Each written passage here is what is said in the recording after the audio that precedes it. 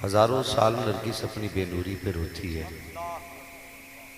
बड़ी मुश्किल से होता है चमन में दीदावर पैदा। बड़ी मुश्किल से होता है चमन में दीदावर पैदा। किसी किसान से पूछिए कि अनाज घर कब आता है और कैसे आता है, वो बताएगा कि एक एक दाने को अलग अलग खेत में बखेरा जाता है, तब उसका एक एक पौधा चुना जाता है, तब जाके उसे दूसरी जगह मुंतकिल किया जाता है। फिर एक एक पौधे की देखभाल होती है, एक एक पौधे की देखभाल होती है। फिर खाद दिया तो भीगे भर में जाता है, लेकिन हिसाब एक एक पौधे का लगता है। कहीं खाद ज्यादा ना हो जाए, ज्यादा हो गया तो खेती जल जाएगी, दवा गलत ना हो जाए, अगर दवा गलत हो गई तो फसल खराब हो जाएगी। भाई, जब एक खेती के पौधे को परवान चढ़ाने के लिए इतना दिमाग लगाते हो कि गलत दवा से फसल बिगड़ती है, तो ये भी याद रखा करो गलत खुराक से नस्ल बिगड़ जाया करती है। क्या बात है, वाह वाह वाह, जिंदाबाद। हमने वो खेती जो 3 महीने में आ गई, उसकी हमने इतनी देखभाल की, और जिस पौधे को 60 साल तक फलना है, उस पौधे की हमने कितनी देखभाल की है। मैंने कहा था हजारों साल नरगिस अपनी बेनूरी पे रोती है, बड़ी मुश्किल से होता है चमन में दीदावर पैदा।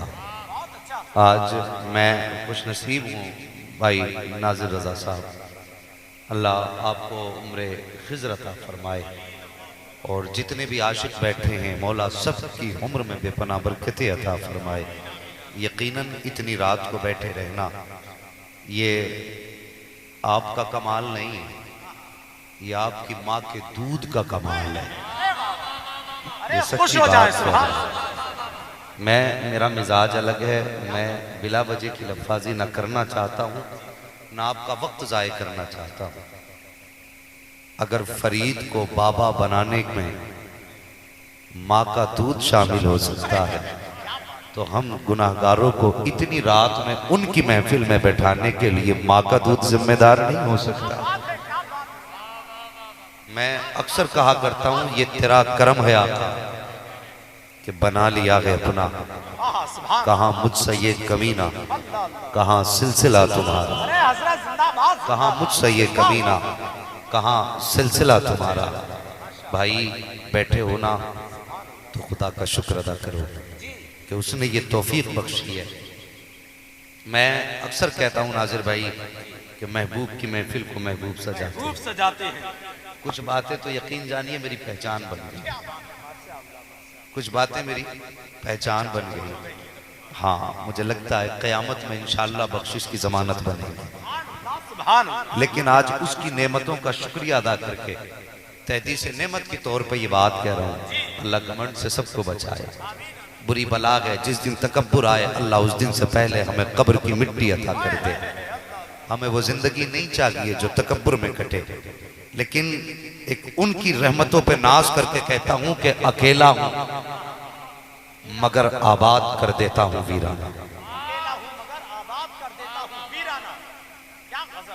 अकेला हूं मगर आबाद कर देता हूं वीराना, बड़ी रोएगी मेरे बाद मेरी शाम तन्हा, बड़ी रोएगी मेरे बाद मेरी शाम तन्हा।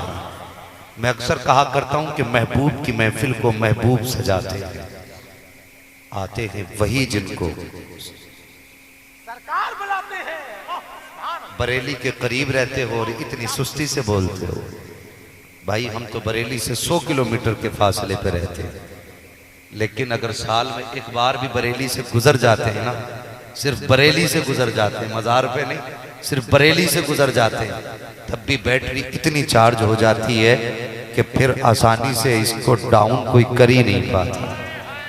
तो तुम यहाँ रह के ऐसी सुस्ती दिखा रहे हो। वो नाजिर भाई ने कहा जो लोग समझदार हैं वो सुभान अल्लाह बोलें, तो जो जमींदार थे वो तो चुप ही रह गए, कहने लगे नहीं हम तो जमींदारों में आते हैं। क्या बात है, वाह वाह वाह। समझदारी काम तो छोटे बच्चों का नहीं, हुजूर की महफिल में बैठा करो ना तो उनके मंगते बन के बैठा करो। ये जो खासाबी की टोपियां हैं उतार के रख दिया करो। ये मेरे हुजूर के दर की खासियत है, जो जितना ज्यादा झुक के आता है उतना ज्यादा लेके जाता है। अल्लाह अल्लाह, नारे तकबीर, नारे रिसालत, नारे गौसियत, मसलके आला हजरत, सर जमीने रहपुरा गनीमत, हजरत अल्लामा मुफ्ती हम्माद साहब क़िबला, हजरत जिंदाबाद जिंदाबाद। अल्लाह सलामत रखे। रात काफी गुजर गई, काफी गुजर गई है रात, लेकिन इसीलिए तो बैठे ना इतनी रात में कि हमारा रब राजी हो जाए। यही सोच के तो बैठे ना कि हुजूर राजी हो जाए। अल्लाह की कसम, अगर दुनियावी महबूब के लिए घंटे बैठ के गुजार दो ना, घंटे बैठ के गुजार दो, तो वो भी राजी होता है, जबकि ये पत्थर दिल से ना है। और तुम तो उनकी राहों में बैठे हो जिन्हें खुदा ने रहमतुल लिल आलमीन बना के भेजा है। वल्लाह वो सुन लेंगे, फरियाद को पहुंचेंगे। इतना भी तो हो कोई जो आह करे दिल से। हुजूर को दिल से याद करें और सारे कह दें या रसूल अल्लाह। अब भी कुछ लोग नहीं बोले, और आहिस्ता बोलिए कहीं किसी को मौत ना आ जाए। मैं ये जलसे तो मौत आ जाए तो बड़े नसीब की बात है। मैं तो अक्सर कहता हूं कि जो जलसे में सोया करे उसे भी ना उठाया करो। मैं थोड़ा सा अलग सोच रखता हूं। मैं जलसों में सोने वालों को उठाने के लिए नहीं कहता, जानते हो क्यों? इसलिए नहीं उठाने देता क्योंकि अगर जलसों में आंख लग जाए तो फिर ख्वाब में मुस्तफा ही तशरीफ लाएंगे। क्या बात है, बेशक बेशक। लोग कहते हैं भाई इसे उठाओ ये सो गया, उसे उठाओ मैं सो गया। हम तो ये दुआएं करते हैं ना, मैं सो जाऊं या मुस्तफा कहते कहते, खुले आंख सल्ले आला कहते कहते, आप भी कहते हैं खुले आंख सल्ले आला कहते कहते, अल्लाह बहुत कहते अच्छा कहते। यार, वाह, वाह, माशाअल्लाह। और तो यहाँ आंख लगे तो फिर ख्वाब में मुस्तफा ही आएंगे ना। बहुत अच्छा। तो फिर यहाँ सोने वालों को उठाया ना करो, और जो उठ के जाएं उन्हें बुलाया ना करो। ये भी जहन में बात रखना। जो यहां से उठ के जाए उसे भी ना बुलाया करो, इसलिए कि मेरे आंगन से उठ के तभी कोई जाएगा जब मैं उठाऊंगा तकरीब से पहले। मान लो मैंने दस्तरखान बिछाया, लोग आ गए खाने के लिए, लेकिन अभी हिस्सा नहीं मिला। आए थे हिस्सा लेने, अगर बीच में कोई उठ के जा रहा है तो फिर इसका मतलब ये नहीं उसे जरूरत नहीं है, मतलब ये है कि उसे साहिब खाना ने उठा दिया। अगर इस जलसे के बीच से कोई उठ के जाए तो बुलाया ना करो, बल्कि तुम ये सोच के रब का शुक्र अदा किया करो, या अल्लाह तेरा शुक्र है अभी तू मुझसे राजी है। अगर नाराज होता तो मुझे भी इसके साथ उठा के वापस कर देता। यहाँ बैठे हो ना तो यकीनन हुजूर को तुम्हारी कोई ना कोई अदा पसंद आई, वरना तुम्हें भी तो बिस्तर प्यारा है। मेरे आने में कोई गरज हो सकती है, आपके आने में कोई मतलब हो सकता है, मेरी नीयत में कोई लालच शामिल हो सकता है, लेकिन ये जितने आए हैं इनकी नीयत में कौन सा लालच होगा? कोई लालच तो नहीं होगा ना। यकीनन आपको अगर बैठाया है ना तो मेरे हुजूर के इश्क ने बैठा रखा है, यही नीयत है ना। वरना ये सुनने भी आए हैं, उल्टे देने भी आए हैं। ये यकीनन किसी की चाहत तो है। जरा मोहब्बत से कहने या रसूल अल्लाह। मैं नसीब वाला समझता हूँ, जहाँ जाता हूँ लोग नात वालों से कहते हैं, फरमाइशें जाहिर करते हैं, ये कलाम पढ़ना ये कलाम पढ़ना। मैं समझता हूँ एक वो खतीब मैं भी हूँ कि जिसे लोग फरमाइशें बताते हैं कि ये बोलना है और ये बोलना है। हाँ, ये माशाल्लाह पूरा एक पेज दे दिया बना करके।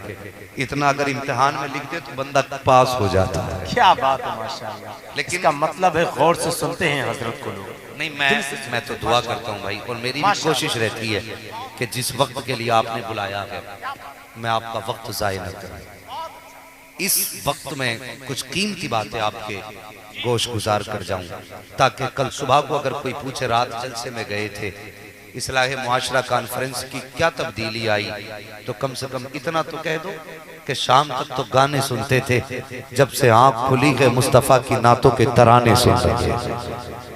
इतनी तब्दीली तो जवानों आनी चाहिए ना, कुछ बदलाव आना चाहिए। वरना लोग गाली देते हैं हमें। कोई मसला के आला हज़रत को बुरा कहता है, कोई रज़वियत को गाली देता है, कोई सुन्नियत को गाली देता है। मिजाज ऐसा बना, दुनिया कहे क्या तब्दीली लाया, कह देना नात खानी मौत भी हमसे छुड़ा सकती नहीं, कब्र में भी मुस्तफ़ा के गीत गाते जाए, कब्र में भी मुस्तफ़ा के गीत गाते जाएंगे। और मैं तो अक्सर कहता हूँ यार, इश्क की कोई उम्र ही नहीं होती, कोई उम्र इश्क की नहीं होती। भाई जरा सुनिए, अगर कमी हो तो इस्लाह फरमाइए। मेरी तरफ से फुल इजाजत है। मैं कहता हूं इश्क की कोई उम्र नहीं होती और इश्क का कोई लिबास भी नहीं होता। और फिर रहा हुजूर का इश्क, अगर चाहे तो पत्थरों के जिगर में उतार देते। और तू भी अपने दामन को फैला के बैठ। ये जरूरी नहीं है जुब्बा और दस्तार वाले की हुजूर से इश्क करें। अगर उनके इश्क का रंग चढ़ता है ना, तो हल चलाने वाला भी नबी की नात पढ़ने लग जाता है। उनके इश्क का रंग चढ़ता है तो ऑफिस में बैठ करके कलम चलाने वाला भी मुस्तफ़ा की नात पढ़ने लग जाता है। उनके इश्क का रंग चढ़ता है ना, तो साहिब तुम्हें क्या बताऊं, सौदे बाजार में बेचता है, बातें मदीने वाले की करने लग जाता है। ये उनके इश्क के रंग है। हुजूर के इश्क के भिखारी बन के बैठा करो, वरना सच्चाई यही है, जब तक बिके न थे तो कोई पूछता न था, जब तक बिके न थे तो कोई पूछता न था, तुमने खरीद कर हमें अनमोल कर दिया। और किसके इश्क की मैंने बात की है यार, खुदा की कसम, उनके कदमों से लकड़ी लग जाए तो वो उनके कदमों से लग कर के आसमान पे चमकने वाले चांद से ज्यादा अजमत वाली हो जाती है। ये लकड़ी की शान है। और वो फिर उनसा महबूब जो लकड़ी का भी दर्द समझते, जो उसका भी दर्द समझे, जिसे जबान ना हो, बेजबानों का दर्द समझने वाला हम जबान वालों का दर्द नहीं समझेगा।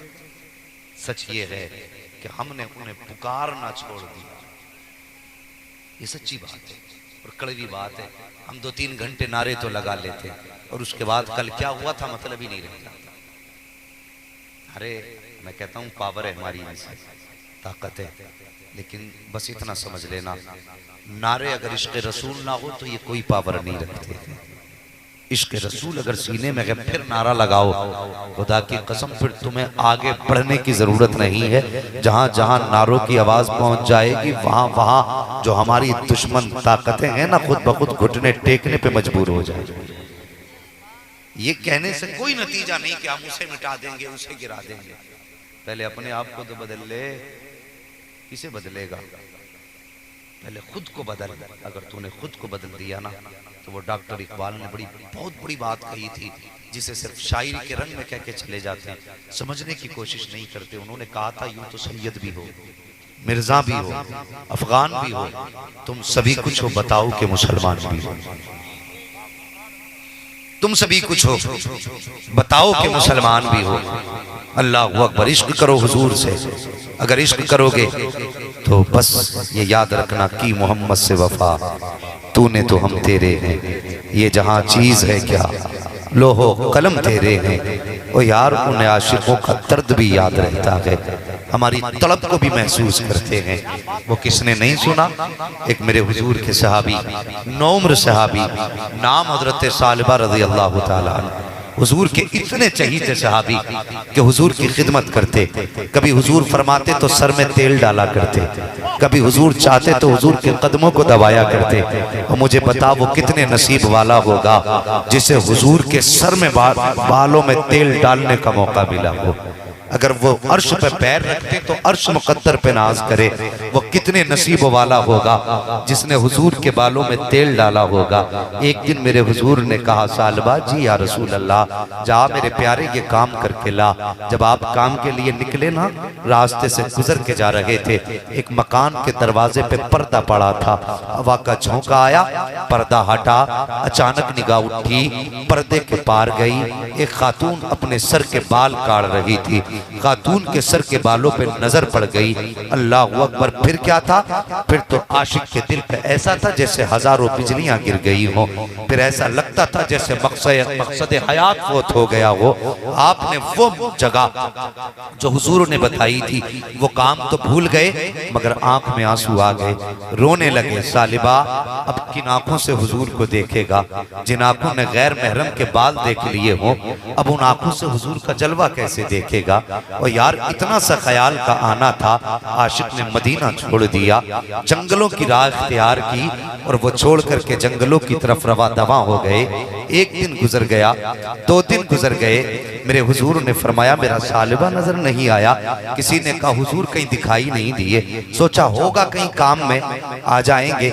इसी इंतजार में 40 दिन गुजर गए। और यार 40 दिन की मुद्दत कोई थोड़ी तो न थी, लेकिन सच किसी ने कहा था खंजर चले किसी पे तड़पते हैं हम अमीर, सारे जहां का दर्द हमारे जिगर में है। 40 दिन गुजर गए। हुजूर ने फरमाया अबू बकर जाओ मेरे गुलाम सालिबा को तलाश करो। अबू बकर उमर तलाश में निकले, मदीने की गलियां छान दी, कहीं आशिक का पता न चला। फिर सोचा चलो जंगलों में तलाश करें। जंगलों में गए तलाश के लिए, किसी चरवाहे से पूछ लिया और यार तुमने किसी सालिबा को देखा हो तो बताओ। उन्होंने कहा मैं तो किसी सालिबा को नहीं जानता। कहा उसकी पहचान हो? कहने लगे हाँ, उसकी सेहत मजबूत है, बाजू ताकतवर है, चेहरा भरा हुआ है, सीना कुशादा है, कद से ताकतवर लगता है। उसने कहा ऐसा तो जवान मैंने नहीं देखा, लेकिन एक बड़ा कमजोर नौजवान है, मैंने देखा है उसको। कहा कहाँ देखा? कहा ये पहाड़ी जो सामने वाली है इसके पीछे रहता है, जब भूख लगती है मेरी बकरियों का दूध लेने के लिए आता है, वो दूध पीता है वापस चला जाता है। समझ गए कि वो ना हो मुस्तफा का सालिबा होगा। कहा मगर रोता बड़े दर्द के साथ है, समझ में नहीं आया खता कौन सी करके बैठा है, बड़े दर्द के साथ रब को मनाता है। अल्लाह अकबर। ये दोनों गए जाकर के देखा सजदे में सर है और आंख में आंसू है, रो के कह रहे हैं या अल्लाह मुझे माफ कर दे, मैं तेरे महबूब का सामना कैसे कर पाऊंगा? मैंने एक गैर महरम के बालों को देख लिया है, अब तो मेरे अजाब के हक में आयतें भी नाजिल हो गई होंगी, मेरी सजा भी सुना दी गई होगी। ए मेरे खुदा मुझे माफ फरमा दे। ये कहते कहते रोने लग जाते हैं। अल्लाह अकबर। अजीब मंजर था। जाने के बाद हजरत उमर ने हजरत सालिबा के कांधे पे हाथ रखा। का सालिबा प्यारे जरा सर तो उठा। जैसी सजदे से सर उठाया है, चेहरा हजरत उमर का देखा कि चीख निकल जाती है। का उमर कैसे आना हुआ? का हुजूर ने बुलाया है। इतना सुनना था, चीख मार के रोने लग जाते हैं। कहते उमर मैं जाने के लायक नहीं हूँ, मुझसे बहुत बड़ी खता हो गई है। का क्या हुआ है? का मैंने गैर महरम को देख लिया है, अब आंखें इस लायक नहीं रह गई हैं कि इन आंखों से मुस्तफा का चेहरा देखा जाए। अल्लाह अकबर। इतना सुनना था। हजरत अबू बकर कहते हैं हम तुम्हें लेकर तो जरूर जाएंगे, इसलिए कि हुजूर का हुक्म है। जब खड़े हो रहे हैं तो कमजोरी इतनी है कि खड़े नहीं हो पा रहे हैं, कदम कांप गए, जमीन पे बैठे। हजरत उमर ने कांधे पे उठाया, जब मस्जिद नबी में लाए हैं उस वक्त नमाज का वक्त था।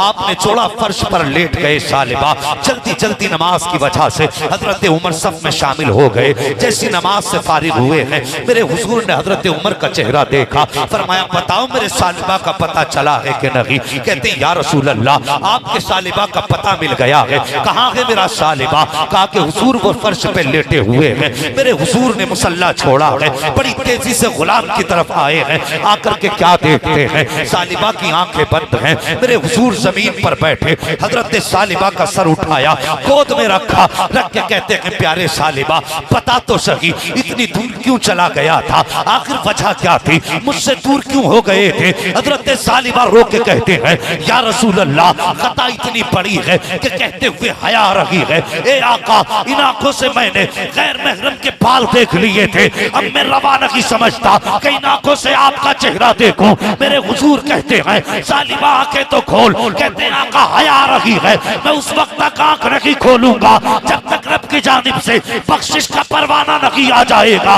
इतना कहने की देर देर थी, इतने में जिब्रील अमीन आ जाते हैं, कहते या रसूल अल्लाह सालिबा से कह दीजिए, सिर्फ सालिबा नहीं बल्कि कयामत तक आने वाला अगर कोई भी उम्मती रब्बना आतिना फिद दुनिया हसनतम व फिल आखिरती हसना व क़िना अज़ाबन नार पढ़ लेगा, अल्लाह उसके अगले पिछले सारे गुनाहों को माफ फरमा देगा। का सालिबा आंखें खोल दे, रब की जानिब से माफी का परवाना आ चुका है। जैसी आंख खुली है, कहते हैं या रसूल अल्लाह मेरे बदन में कांटे से चुभ रहे हैं। तब मेरे हुजूर ने कहा था सालिबा तेरा दुनिया से जाने का वक्त आ गया है, वो मुकद्दर पे कुर्बान जाओ। हजरत सालिबा के अगर मौत भी आ रही है तो महबूब की गोद में आ रही है। बरेली से आवाज आती है कर वक्त अजल सर तेरी चौखट पे धरा हो, जितनी हो कदा एक ही सजदे में अदा।